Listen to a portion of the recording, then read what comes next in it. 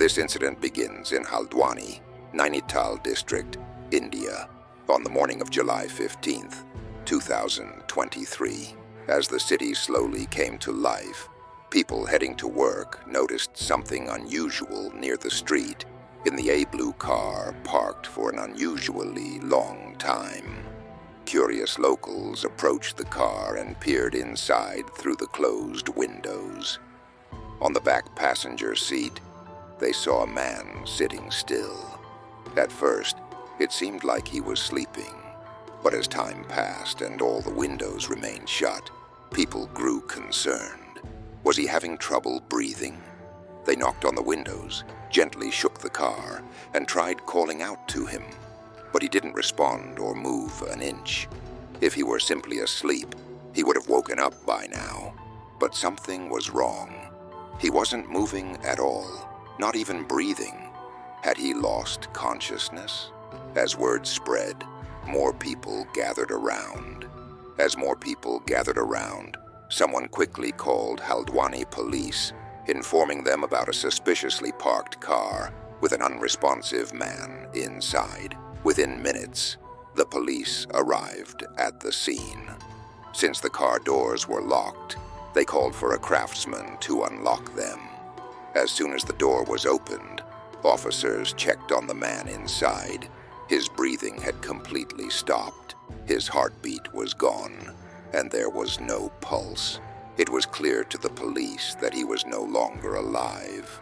However, to confirm, they immediately rushed him to the nearest hospital, where doctors also declared him dead on arrival. The man appeared to be from a well-off family. He was well-built, dressed neatly, and showed no visible signs of injury. But how did he die? Both the police and doctors carefully examined the body but found no wounds, no bruises, and no indications of a struggle. There were no marks on his neck or face, and his clothes were intact. If he had been involved in an altercation, there would have been at least some signs of a fight. When the car was unlocked, the AC was still running, and the entire vehicle was ice cold. Could he have died due to lack of oxygen? Since the car was completely sealed, there was no way for fresh air to enter. Or was he drugged and left there in an unconscious state? If so, why didn't he try to escape? Why didn't he attempt to open the car door or call for help? Now, with more questions than answers, the police launched a full-fledged investigation. Now the big question was, who was this man? Whose car was it? And who had parked it there? The police also needed to inform the deceased's family.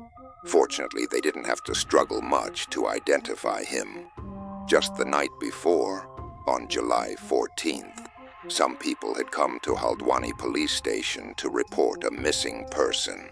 According to them, their son had left home that morning in his car for work, but never returned. As the evening passed and he still didn't come home, his phone remained switched off. He wasn't at his workplace, nor was he with his friends. His family desperately searched everywhere but found no trace of him. With no other option left, they approached the police and filed a missing person report. The missing man was identified as Ankit Chauhan, a 32-year-old businessman. He owned an automobile spare parts showroom on Rampur Road and also dealt in vehicles. Additionally, he ran a restaurant. Being a well-known businessman in Haldwani, his sudden disappearance was alarming.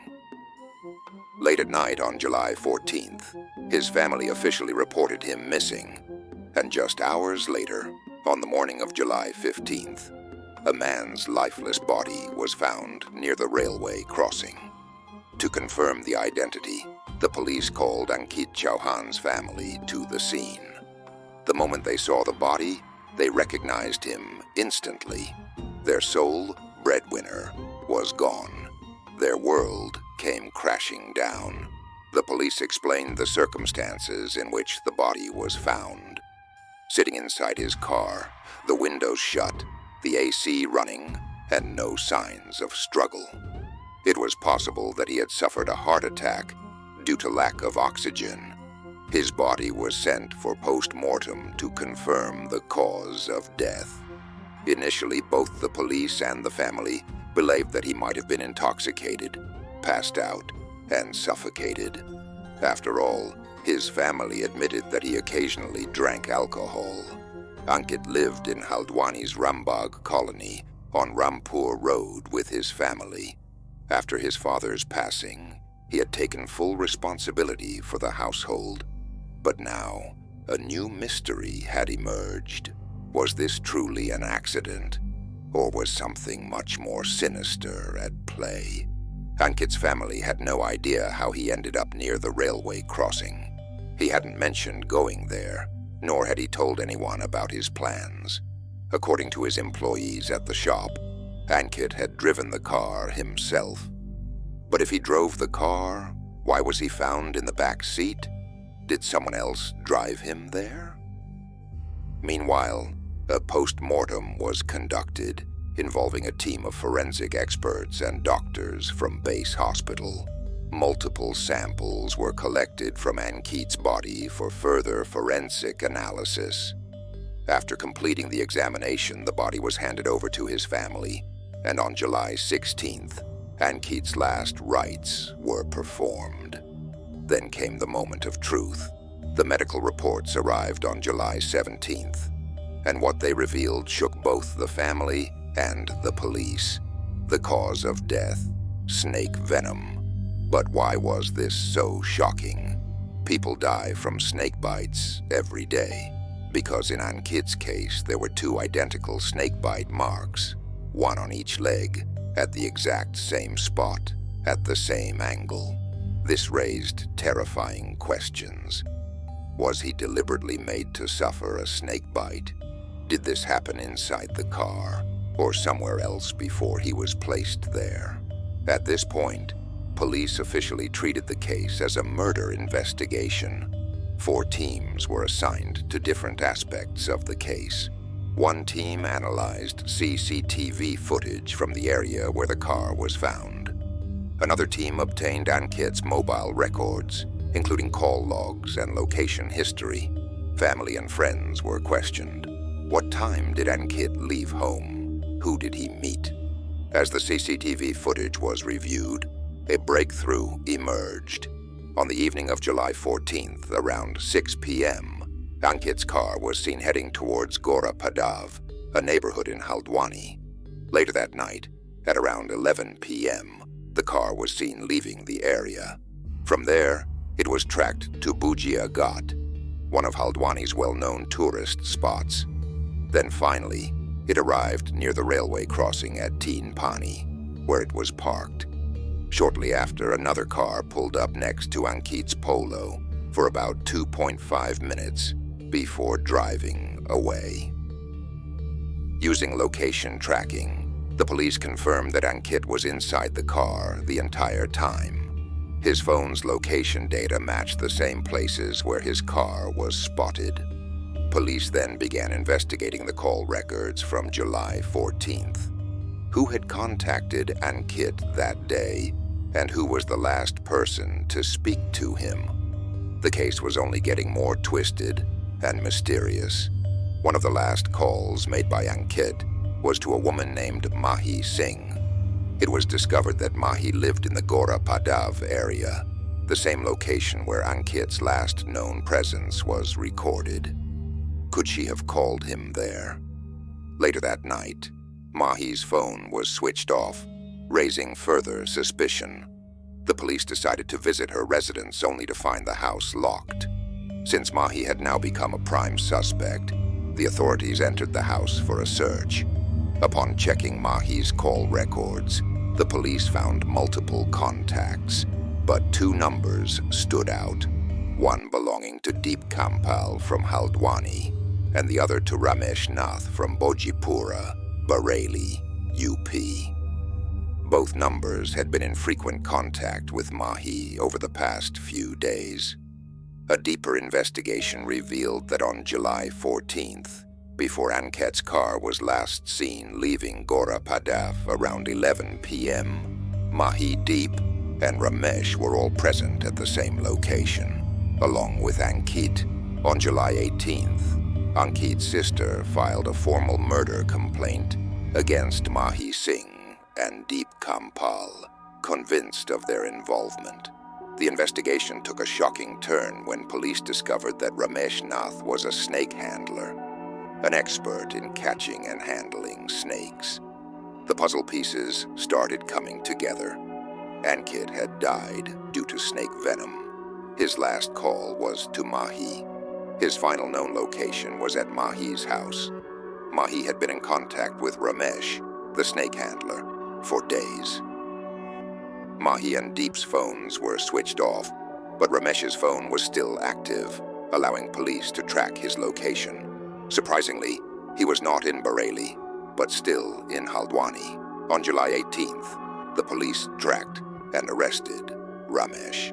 Under intense questioning, he made a shocking confession. Ramesh revealed that he had known Mahi Singh, also known as Dolly Arya, for the past 8 months. Their connection began in December 2022, when someone approached him with a strange request to provide a snake for a ritual to remove a spiritual belief related to bad luck. The offer came with a promise of money, which intrigued Ramesh, since he typically earned a living by catching snakes from homes in exchange for small offerings like rice, flour, or some cash. This seemed like a big opportunity. Ramesh agreed. He caught a snake from the forest and delivered it to the address he was given, Mahi Singh's house. After the ritual, the snake was released back into the wild. This was the beginning of Ramesh and Mahi's association. Over time, they grew close. Mahi even invited him for meals and helped him financially when needed. But was this just about a ritual, or was there a much darker plan at play? The police were now certain Ankit's death was no accident. It was a carefully planned murder. Over time, Mahi and Ramesh developed a close friendship. In June 2023, Ramesh visited Mahi's house after she invited him over. That day, along with Mahi, there were 3 other people present: her friend, Deep Kampal, her housemaid, Usha Rani, and Usha's husband, Ram Avatar. Interestingly, Ram Avatar was the same person who had requested a snake from Ramesh during a previous Kal Sarp Dosh ritual. As they all sat together, Mahi revealed a shocking story. She claimed that her ex-boyfriend, Ankit Chauhan, had been troubling her for a long time.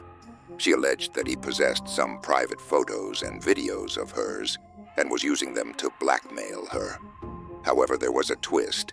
Deep Kampal, who was present there, was also Mahi's boyfriend. Even Ramesh had grown emotionally attached to Mahi, making the situation even more complex. When the police discovered 2 more names, Usha Rani and Ram Avatar, they checked Mahi's call records and found frequent contact with both. Soon, they also traced Ram Avatar's number, further linking all of them together. A crucial discovery was made. All their phones were switched off at the same time on the night of Ankit's death. This strongly suggested that everyone was involved in the plot. Mahi manipulated Ramesh by repeatedly telling him that Ankit was ruining her life and needed to be eliminated. Deep Kampal, Usha, and Ram Avatar were already on board with the plan, but Ramesh refused to commit murder. However, Mahi didn't give up. She continued to pursue Ramesh, calling and texting him regularly. Eventually, he fell for her, and under her influence agreed to be part of the sinister plan. The deadly plan was now in motion. Mahi assured Ramesh that after the murder, he would be well compensated. Eventually, Ramesh gave in, and all 5 conspirators, Mahi, Deep Kampal, Ramesh, Usha Rani, and Ram Avatar, crafted a sinister strategy. Their plan was deceptively simple, yet cunning: lure Ankit to Mahi's house, drug him until he was unconscious, use a venomous snake to make his death look like an accident. Since it would appear as a snakebite-induced fatality, no one would suspect foul play. Mahi, being the mastermind, convinced everyone, including Deep Kampal, to stick to the plan. The first attempt, a failed murder. On July 6, 2023, Ramesh received a call about a snake spotted near a beauty parlor. He captured the snake and secured it in a plastic bottle. 2 days later, on July 8th, Ankit's birthday, Mahi invited him over for a private celebration. Deep, Usha, Ram Avatar, and Ramesh were already hiding inside the house, waiting for the right moment. As the party began, Mahi poured Ankit multiple drinks, hoping he would pass out. However, Ankit never lost consciousness, staying alert despite the alcohol. As the night went on, he eventually left for home, completely unaware of the lurking danger. The plan failed. The second attempt, the night of July 14th. Determined not to fail again, Mahi called Ankit once more, inviting him for another party at her place. This time, she had prepared a stronger sedative. As soon as Ankit arrived, he asked for a glass of water. Mahi had already mixed the sedative in it. To ensure its effect, she also made him drink alcohol, causing him to gradually lose consciousness. By late night, Ankit lay motionless, asleep on his stomach. Meanwhile, Ramesh had been hiding in the house since 2 p.m., waiting for the perfect moment. Mahi then called Deep Kampal, who arrived on a scooter. But this time, Ramesh had brought a highly venomous cobra. The fatal strike. Ankit, intoxicated and unconscious, lay on the bed. Deep wrapped him in a blanket, preventing him from moving. Ram Avatar and Usha Rani held his hands tightly, ensuring he couldn't fight back even if he woke up. Ramesh then forced the snake to bite Ankit's leg. Mahi, watching closely, wasn't satisfied.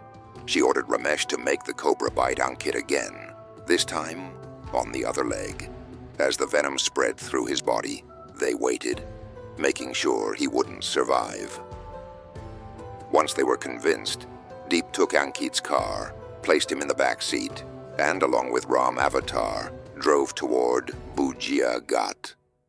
But what happened next? Did their plan work? Or was there an unexpected twist? They planned to throw the car into a gorge, ensuring no one would suspect anything. Ramesh followed behind on a scooter, but when they reached Bujia Ghat, they saw a crowd of tourists, making it impossible to proceed with the plan. They had to cancel it. The snake charmer then called Mahi and informed her about the situation. A new plan was made to leave the car near the railway crossing. As per the plan, they drove the car there and abandoned it. Meanwhile, Mahi had already booked a taxi to Delhi. Everyone, including Mahi, the maid Usha Rani, her 2 children, and Mahi's 2 pet cats, got into the taxi. The taxi first stopped at the spot where the car was parked. Mahi ensured the car's AC was turned on, checked that the windows were properly shut, and confirmed there was no airflow inside.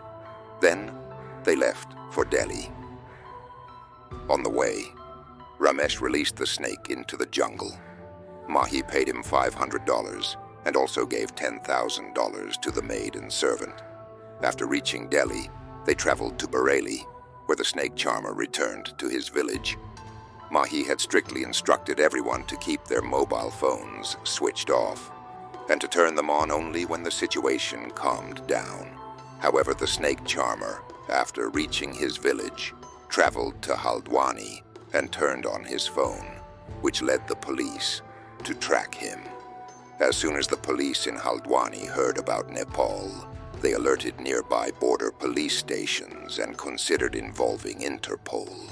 Usha Rani's call records revealed 3 numbers, all from West Bengal, which were currently switched off. The police officers then set out for West Bengal, announcing a reward of $5,000 for the capture of all 4 suspects. During this time, Mahi switched on her phone. On July 23, 2023, Mahi and Deep were arrested near Anja Inter College in Rudrapur. They were on their way back to Haldwani to surrender in court. Mahi had consulted a lawyer who advised her to surrender in court. Mahi was an open-minded girl who had studied only up to high school before dropping out. In 2007, while in school, she won a medal in the state-level relay race and also participated in 100-meter and 200-meter races. When the police searched her house, they found numerous medals. This is confirmed by the fact that her grandfather, who owned 10 bighas of land, sold everything and converted to Christianity. Mahi also left her home. Reportedly, in 2008, she went through a breakup with a boy during school, which deeply affected her. After this, she left her house and eventually fell into bad company and got involved in illegal activities. In 2016, she met Deep Kampal, and they became very close friends. The house she lived in was reportedly a gift, and according to some reports, in 2017 she bought a plot of land and built a house. Neighbors often saw expensive cars arriving at her place, and sometimes loud music or fighting noises could be heard from her house. Due to her association with bad company, people avoided talking to her. Her contact list reportedly included several big businessmen and politicians, nearly 20 people, with whom she often met. In 2020, Mahi met Ankit while buying a car, and they became romantically involved. About 2 years before the incident, Mahi had hired Usha Rani, a maid, to cook and clean for her. They lived in a shack near a nursery in Haldwani. On July 24th, police had arrested Usha and Ram Avtar from Mald, West Bengal, and brought them to Uttarakhand on transit remand. If the police had been even a day late, they would have escaped to Bangladesh. Their plan to flee to Nepal was also cancelled. After dropping off Ramesh in Bareilly, they all returned to Delhi. Mahi entrusted her 2 pet cats to her sister and went to Ram Avtar's house in Pilibhit. From there, Mahi and Deep returned to Delhi by bus and stayed in different hotels. Meanwhile, the maid and the servant, along with their children, went to West Bengal by train. Usha Rani's maternal home was in Mald, West Bengal. When Ankit grew closer to Mahi, everything was fine initially. He showered her with money, but soon he began interfering in her personal life. He didn't let her meet her clients and started controlling everything, often showing up at her home unexpectedly. These actions began affecting Mahi's earnings. Ankit was neither ready to marry her nor willing to let her go, which troubled Mahi deeply. She wanted to marry him, but he wasn't ready. Mahi had hired Usha as a maid who cooked and cleaned. Over time, they became good friends and even drank alcohol together. Ankit, however, did not approve of their closeness and would tell Mahi to stay away from Usha. He even restricted Mahi from getting too friendly with her. Eventually, Mahi became so upset by Ankit's behavior that she would sometimes stay at Usha's hut to escape from him. She would even have her meals there. When Ankit found out, he provoked the landowner where the hut was located, causing the landowner to evict Usha and her family. As a result, Usha Rani, Ram Avtar, and their children were left homeless. This caused tension between Ankit and Mahi's domestic staff. After the hut eviction, Mahi invited Usha's family to stay with her, and the children got along well with Mahi. Sometimes, Ankit would come to the house, drink, and even get violent with Mahi. Distressed by this, Mahi eventually made the decision to have him killed. Deep Kampal also became involved in the plan as did the two domestic workers who wanted revenge. Mahi researched on the internet about ways to commit murder and how to cover up evidence. It was here that she came up with the idea of using a snake to kill Ankit. Kampal suggested that they should involve the person who had previously brought the snake, because only he could handle it. Mahi approached him with a fabricated story, claiming that Ankit had been harassing her and that he needed to be removed from their lives. The police arrested all 5 suspects and sent them to jail.